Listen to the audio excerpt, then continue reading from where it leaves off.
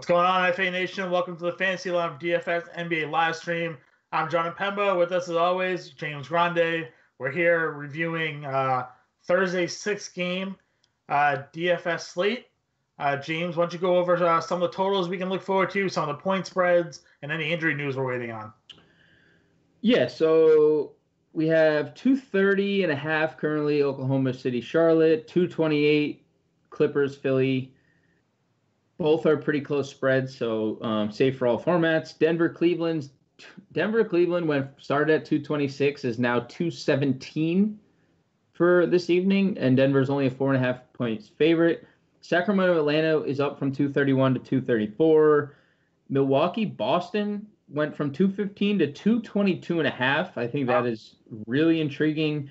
And New Orleans, Portland, with the Anthony Davis news being doubtful and Elfrid Payton officially being ruled out, went from 224.5 to 229, but Portland went from 3.5 point favorites to 8 point favorites. And obviously, injury news, Anthony Unibrow Davis is obviously going to basically determine what we do tonight. Yeah. Not that I'm saying go all in on Anthony Davis, but he opens up a lot of different routes you could take on the Pelicans team, and he obviously, if his absence obviously makes it blowout, like there's a possible blowout, especially on the second night of a back-to-back. Yeah, for sure. I mean, they're going to be leaning heavily on Mirotic, Randall, and Drew Holiday in this matchup, but I still think those three can kind of hang a little bit there with Lillard and McCollum and that Portland team. So I'm not too worried about a blowout. I know the point spread kind of went up there a little bit, but I can still see this being a competitive game. But the only thing, like you said, them being on a back-to-back coming off, it was essentially a track meet there against Golden State. Right. Yeah, maybe they have some tired legs. Certainly something to pay attention to. James, before we get going, why don't you hit up our sponsor? Yeah, and that sponsor is Fantasy Factor. Do you guys want the NBA Playbook Pro free on Fantasy Alarm? Well, Fantasy Factor has you covered. Just sign up for a new account, make your first deposit, and Fantasy Factor will give you the NBA season free. Yes, free. Plus, for a limited time only, Fantasy Factor will throw in the NFL Playbook Pro for the rest of the season, and that's a $400 value for free. Go to fantasyalarm.com/factorNFL. That's fantasyalarm.com/factorNFL. Unbelievable deal. One more thing to add on that right now. If you go over to Fantasy Factor, check out some of their NFL contests for tonight's Thursday game. Massive overlay happening right now at some of their double ups. These contests aren't filling up all the way. They're 50-50s.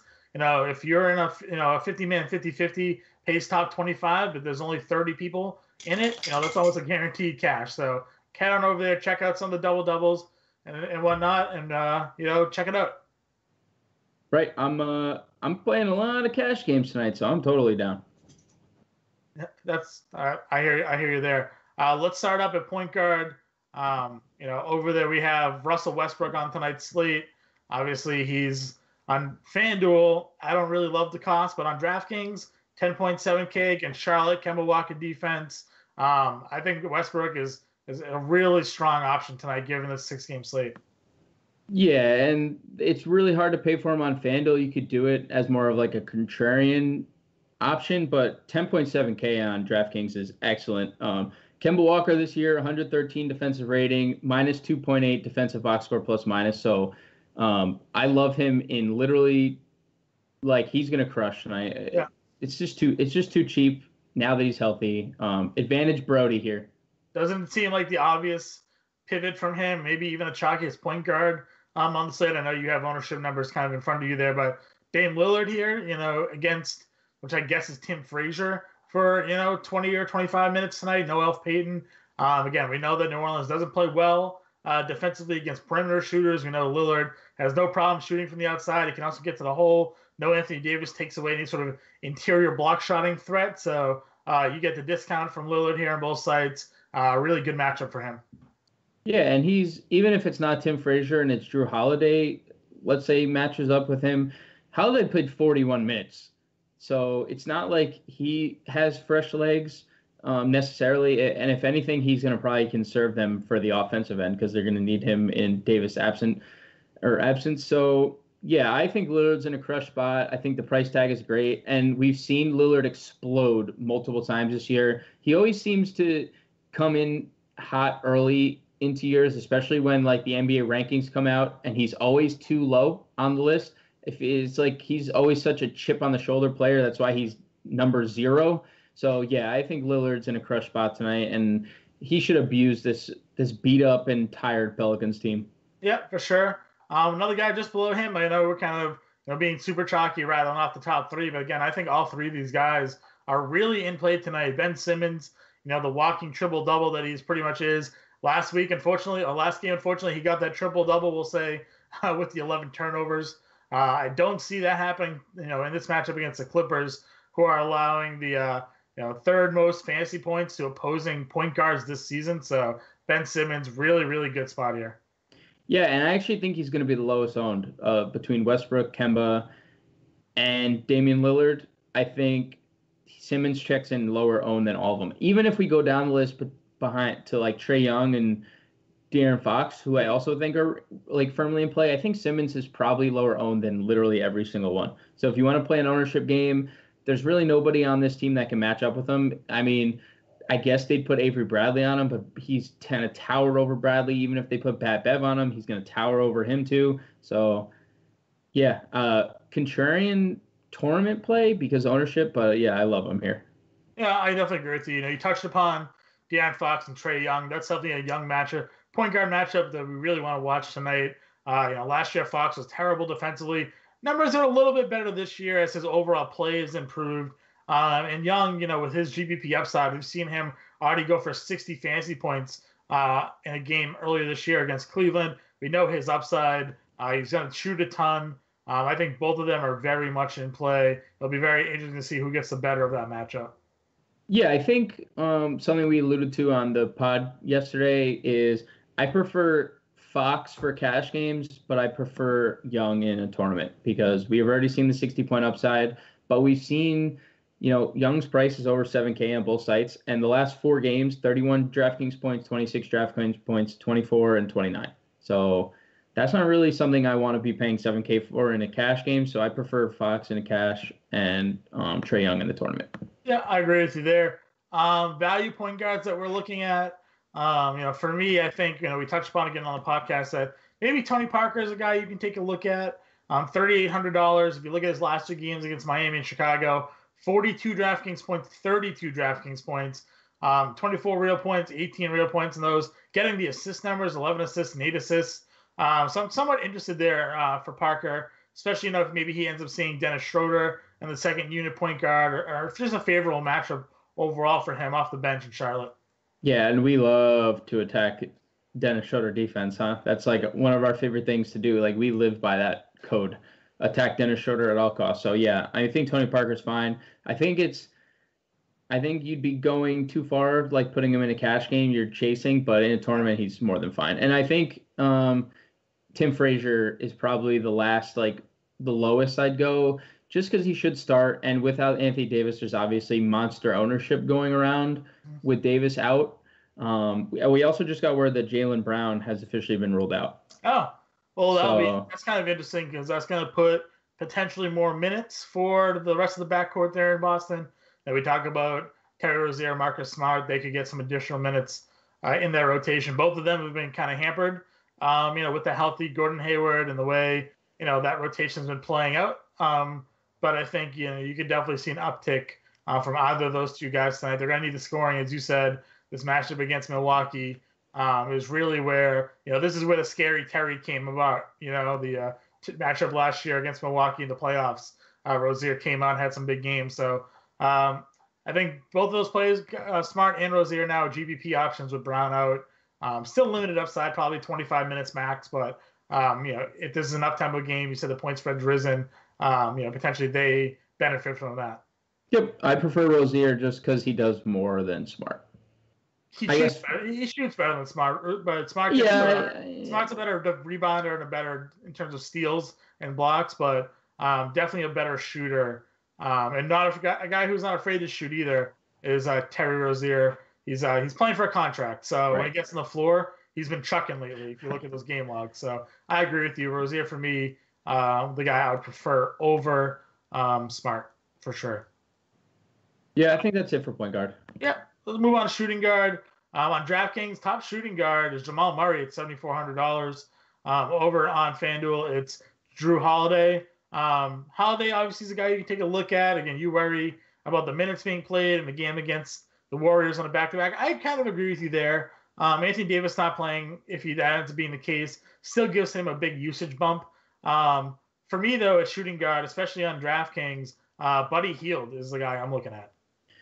Yeah, it's really hard to ignore what he's done lately, huh? And he's the player they hoped he would be when they traded Cousins for him, essentially. Right, and all we've ever been asking for is him to get minutes. I mean, 25 minutes a game last year, he's up to like 30 this year. So we're just seeing the production, 22 plus points in 4 straight games. And this is a game with a huge total. Atlanta's playing at the fastest tempo in the league, so Hield gets and Sacramento's playing really fast too, but they get the slight bump. So they'll see a couple more extra possessions. I like Hield, honestly, in all formats on DraftKings.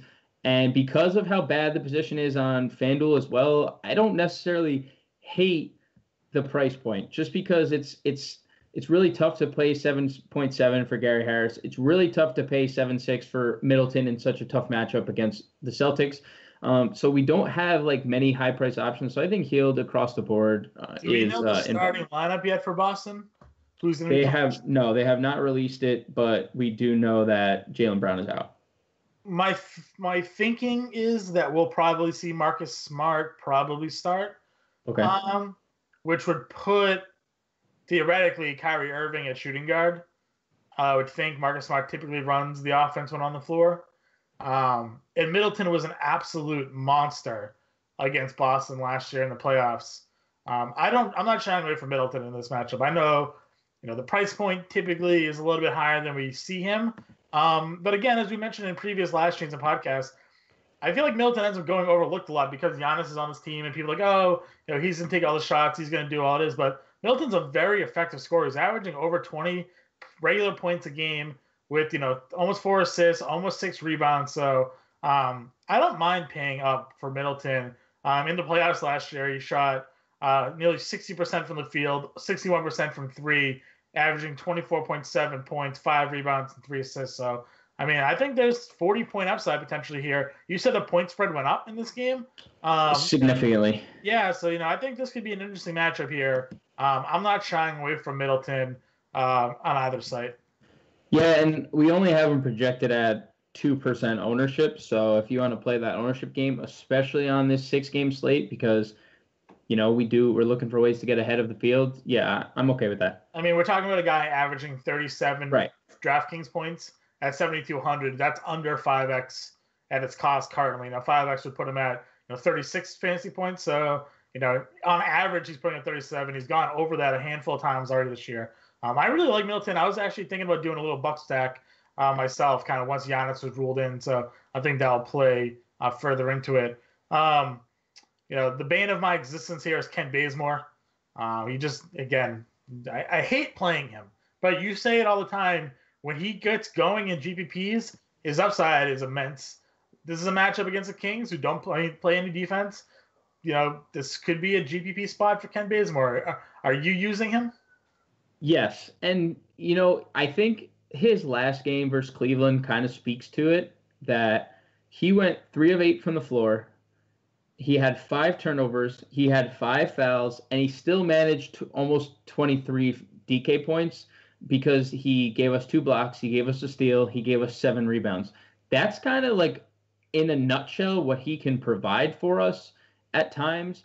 And especially in this up-tempo game, we've seen 50-point upside already this year. So, yes, obviously, maybe we were too on board with Kent Bazemore the other day in a cash game, and they got blown out. But in a tournament tonight, 6K against Sacramento, Buddy Hield, 112 defensive rating. And on a really bad position, I am really going right back to the well here with Kent Bazemore. No, we talked a little bit off air, kind of building out some lineups, and I was basically trying to give myself any excuse not to put him in my lineup. I think I rattled off like 15 guys. Yep. Please tell me somebody other than Kent Bazemore to use. But on a whole, I agree with you.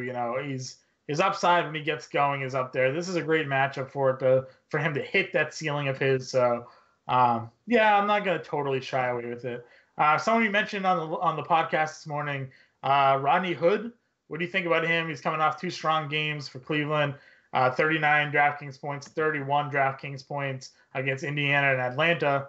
I know Gary's probably likely going to draw Gary Harris. Yeah, he definitely is. I mean, against Indiana, you think he would have drawn Oladipo, and he still put up almost 32 DraftKings points. So, $5,300 isn't a terrible price. Only needs 25 fantasy points to hit value. I don't hate it. I think I would just prefer like JJ Redick for $300 more, or I would spend out on someone like Avery Bradley, who's seeing 30 minutes and is like just so cheap and lets you do a lot of things with your lineup. But I don't hate it. I mean, there's no denying, we've been saying it since Kevin Love got hurt, like they need scoring. Yeah. That's what Cleveland needs. So, and if Hood's going to provide that, then yeah, I don't think there's any problem with playing him. That's fine. Going down the list a little bit here. Maybe with Jaylen Brown being out, Gordon Hayward gets a little more of a bump. He's played season high 26 minutes the other day against Detroit. Only 3 of 10 shooting. I'm not saying, I still think he's on that minutes limit of about 25 minutes, but Jaylen Brown's not on the floor. If Marcus Smart's on the floor, some additional shots are available there. Maybe they go Hayward's way. Only $4,800 on DraftKings. So, I mean, that price keeps dropping on him, and it makes it easier and easier for him to get sort of 5x value. At that price, 24 points is 5x. What do you think about Gordon Hayward here against Milwaukee? I think it's interesting, especially with Jaylen Brown out. Like, if Jaylen Brown wasn't out, I wouldn't even looked his way. But now that we get confirmation he's out, yeah, I did. I saw so Kyrie, Marcus Morris, and I believe Aaron Baines were the 3 Celtics that get the biggest usage rate bumps. And Hayward also got a slight bump, but it wasn't as big as those 3 guys. Right. So, and there's not a ton of minutes. Right, with both of them on the right. Right. Marcus Morris will touch upon. He's a lock for me. That news even kind of helps that out even a little bit more. Mm-hmm. Just the way the Celtics can move sort of those 3 guys all around. Tatum, right. Hayward, and Morris can all switch up and down the guard, small forward, power forward positions. We'll touch on Marcus Morris. He's a lock for me in all formats. Touching back over to shooting guard. I played Etuan Moore last night, 39 minutes, 9 of 16 shooting, 33 DraftKings points. He shoots threes.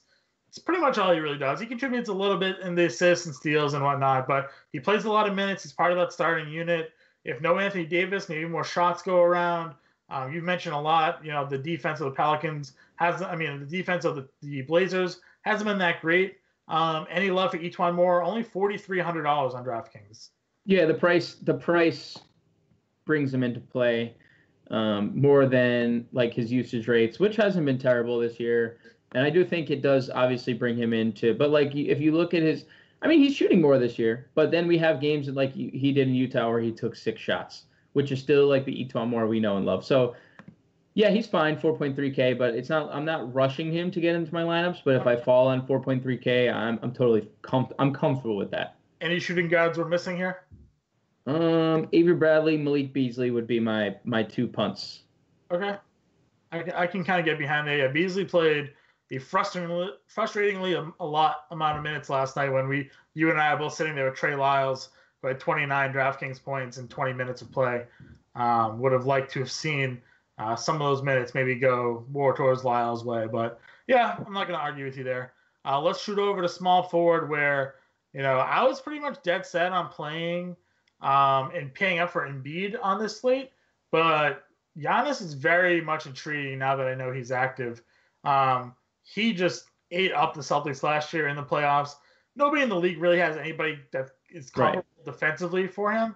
But I mean, if you just look at his game logs last year in the playoffs, he averaged 25, almost 26 points, 9.6 rebounds, 6.3 assists, 1.4 steals.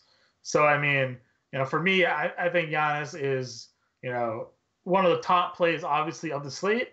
And I kind of am starting to like him a little bit more, especially as you say that price, those game totals went up in that game. I'm starting to like him a little bit more maybe than Embiid in his matchup.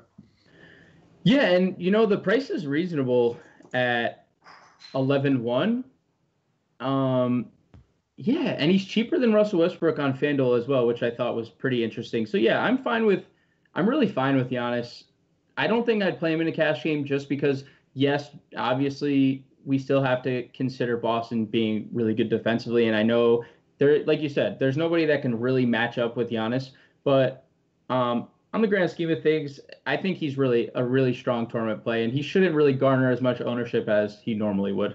Yeah, I agree with you there. You mentioned on the podcast you think Paul George plays better with Russell Westbrook in the lineup.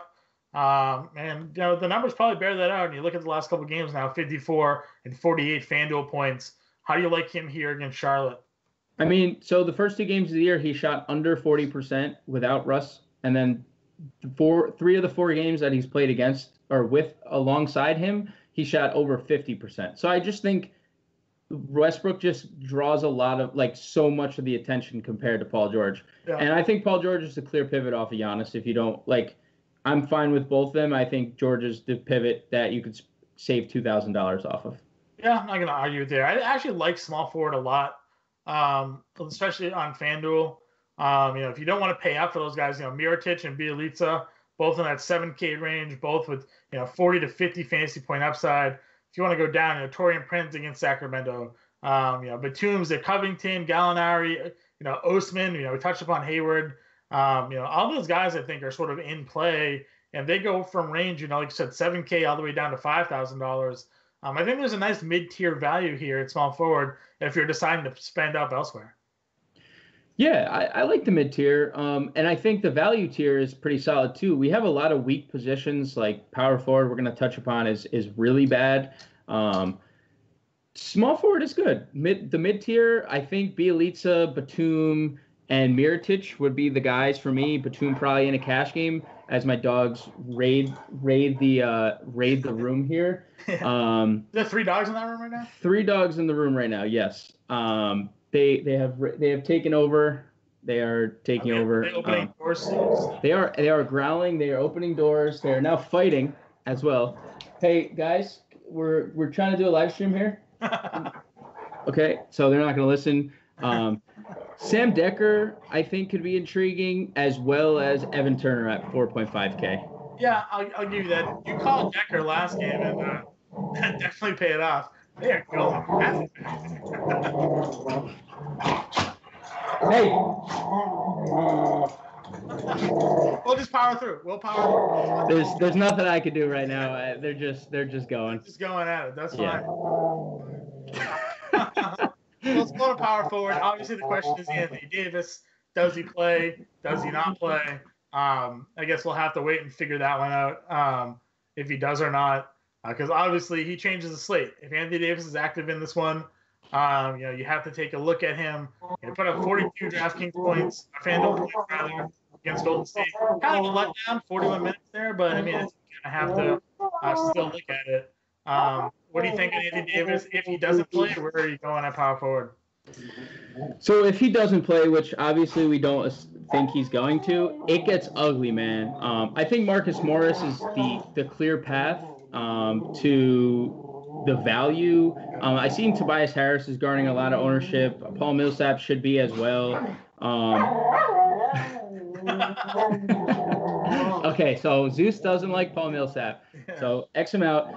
Al-Farouq Aminu and Marcus Morris are the 2 guys that I'm really going to look at, and Trey Lyles as well, who we touched upon last night, and he really hit it for us. He just doesn't get the minutes. So I think Aminu's solid, and Morris minutes are more secure than Lyles, but I like all 3 of those guys. Yeah, I agree with you there. I mean, I definitely like Marcus Morris talks about. I think he's definitely someone you have to go with.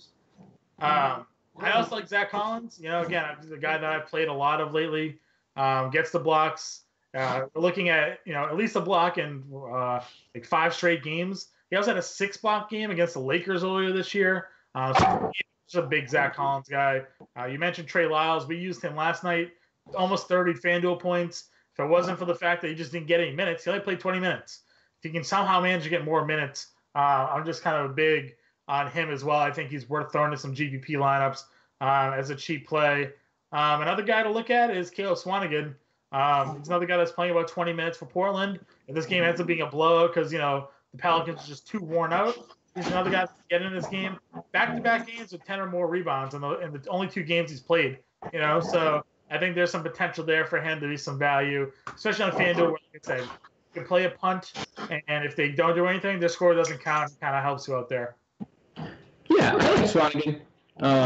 I definitely like Swanigan, but it's just I think he's more of the FanDuel 3.5K punt for me. Like, I wouldn't play him on DraftKings, but I would definitely punt him at power forward. That's fair. Let's move on to center. I talked about on the podcast how Joel Embiid is a guy that I was very much looking forward to playing. I'm still probably going to throw him in some lineups, even though I am more on Giannis now that he's in the lineup. But this is just a fresh spot for him, I think. Gortat's not going to be able to hang with him. Harrell's too small. Boban's too slow. This is one of the best times, I think, of the year to play Embiid. Yeah, I mean, there's just no matchup for him.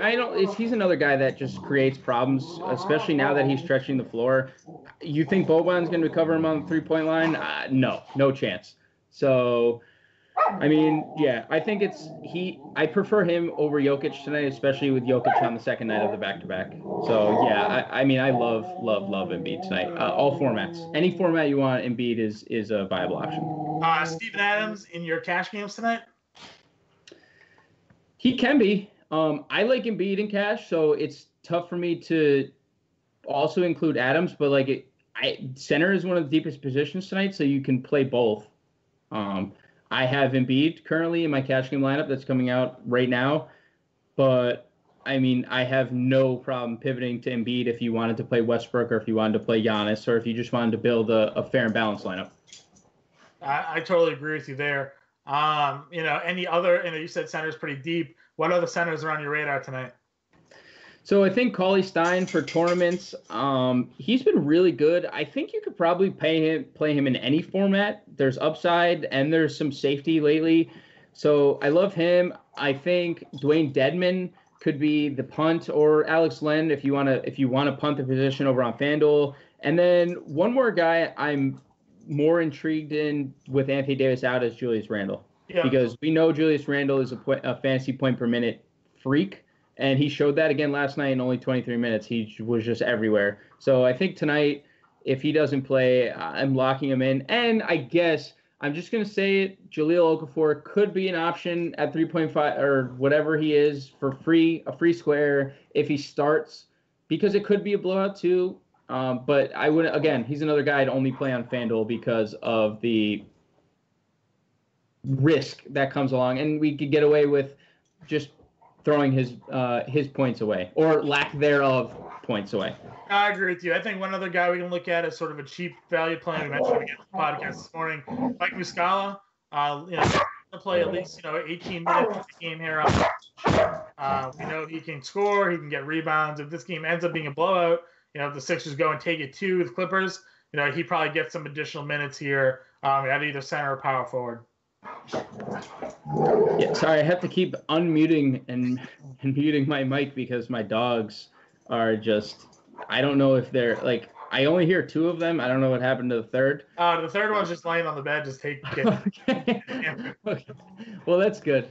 Yeah, he's fine. The dog or Mike Muscala? Mike Muscala, he's another FanDuel punt. The dog, it doesn't sound fine, but Mike Muscala is okay. Tournaments only, obviously. Yeah, for sure. All right, that's gonna wrap up today's live stream. James minus the dogs will be in subscriber chat answering your questions leading up to roster lock. I'll be in there too. We'll get the lineups to you, the starting 5 videos shortly. Catch up there. We'll get you guys tomorrow. Good luck.